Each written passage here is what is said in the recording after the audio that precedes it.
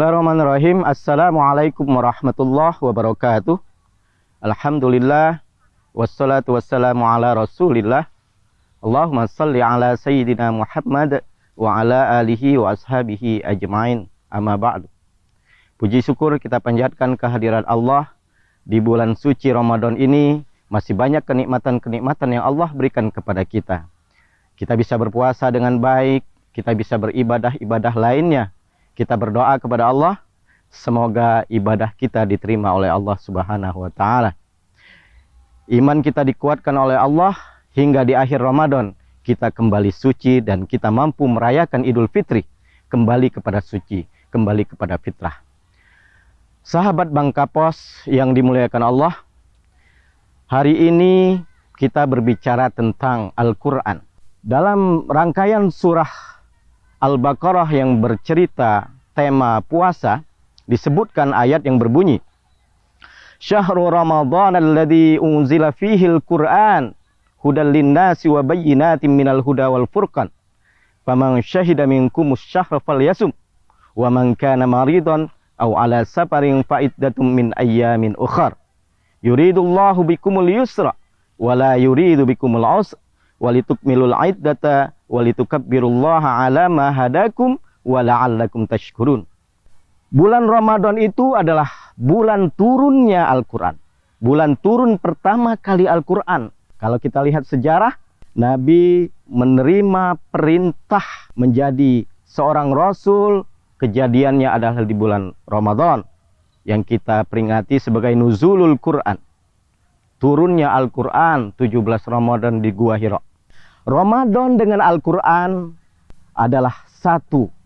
Makanya bagi kita yang berada di bulan Ramadan, sudah sepantasnya, sudah sewajibnya, seharusnya kita dekat dengan Al-Quran.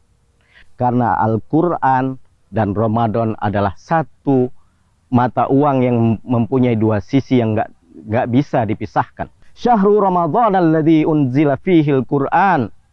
Bulan Ramadan itu adalah bulan diturunkan Al-Quran. Iqra' bismi rabbikal ladzi khalaq. Bacalah dengan nama Tuhanmu. Baca apa saja, apalagi membaca Al-Quran. Satu huruf kita membaca Al-Quran, 10 kebajikan yang Allah berikan. Mari kita manfaatkan bulan Ramadan ini dengan mendekatkan diri kita kepada Al-Quran. Bagaimana caranya? Pertama, membacanya.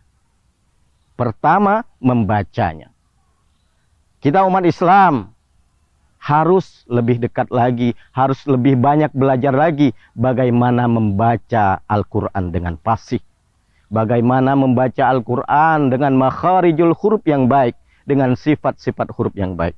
Inilah kesempatannya bulan Al-Quran, bulan Ramadan ini membuat kita semakin dekat dengan Al-Quran. Sahabat Bangkapos yang berbahagia, yang kedua, bagaimana kita menyikapi berteman, bersahabat dengan Al-Quran. Yang kedua adalah menghafalnya. Alhamdulillah sekarang girah masyarakat untuk dekat dengan Al-Quran, menghafal Al-Quran mulai tumbuh. Dari pedalaman hingga ke perkotaan. Pesantren-pesantren tahfiz, rumah-rumah tahfiz, lembaga-lembaga tahfiz mulai menjamur. Dan anak-anak pun semenjak kecil sudah mulai menyukai untuk menghafal Al-Quran. Kita lihat program-program menghafal Al-Quran di televisi, semarak dan banyak pengikutnya. Maupun di lembaga pengembangan tilawatil Quran, event-event musabaqah, baik tingkat kecamatan, tingkat kabupaten, kota, provinsi, nasional, bahkan internasional. Tumbuh dan banyak peminatnya. Inilah salah satu cara kita menjaga Al-Quran. Inna nahnu nazzalna dzikra wa inna lahu lahafidhun. Kata Allah, kami yang menurunkan Al-Quran dan kami yang akan menjaganya. Salah satu upaya menjaga keaslian Al-Quran adalah dengan menghafalnya. Mari kita support, mari kita dukung program-program madrasah-madrasah, lembaga-lembaga pendidikan yang mendidik anaknya untuk cinta Al-Quran, fasih membaca Al-Quran, dan menghafal Al-Quran. Ini salah satu bukti kecintaan kita kepada Allah, kecintaan kita kepada Al-Quran. Insya Allah ke depan akan lahir generasi-generasi yang cinta Al-Quran, yang sayang Al-Quran, yang mengabdikan dirinya berkhidmat kepada Al-Quran dengan menghafal Al-Quran. Karena dengan menghafal Al-Quran insya Allah imannya terjaga, akhlaknya terjaga, dan Allah akan menjaganya dari dunia sampai hari akhirat nanti. Sahabat Bangka Pos, program Mutiara Ramadan yang dimuliakan Allah. Yang ketiga, bagaimana kiat kita terhadap Al-Quran. Yang ketiga adalah mentadabburinya, mempelajari kandungan isi Al-Quran. Karena Al-Quran seperti yang saya sampaikan ayat tadi, hudan sebagai petunjuk. Hidup ini seperti kita berjalan. Harus ada rambu-rambu, harus ada lampu merah, harus ada traffic, penyeberangan dan lain sebagainya. Dan rambu-rambu yang Allah berikan kepada kita di dunia adalah Al-Quran. Bagaimana menikah, bagaimana hidup berkeluarga, bagaimana mendidik anak. Semuanya ada di Al-Quran. Al-Quran yang Allah turunkan adalah untuk kebahagiaan kita. Makanya jangan jauh dari Al-Quran. Kita harus tadabburi Al-Quran. Kita harus pelajari Al-Quran. Apa yang Allah ajarkan kepada kita? Kita hanya makhluk yang sangat terbatas. Allah Sang Kholik yang maha tahu akan makhluknya. Kelemahan kita, bagaimana kita pengen bahagia, Allah berikan petunjuk lewat Al-Quran. Dan Al-Quran itulah petunjuk terbaik dari Sang Pencipta manusia ini.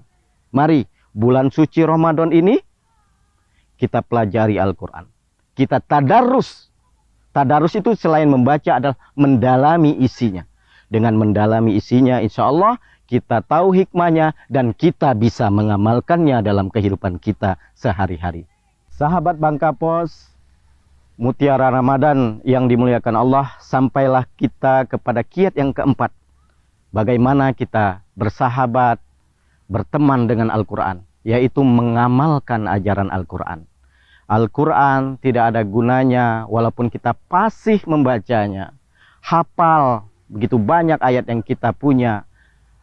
Terus kandungannya pun kita pahami, tetapi bila tanpa kita amalkan dalam kehidupan sehari-hari, tidak sampailah cita-cita Al-Quran itu.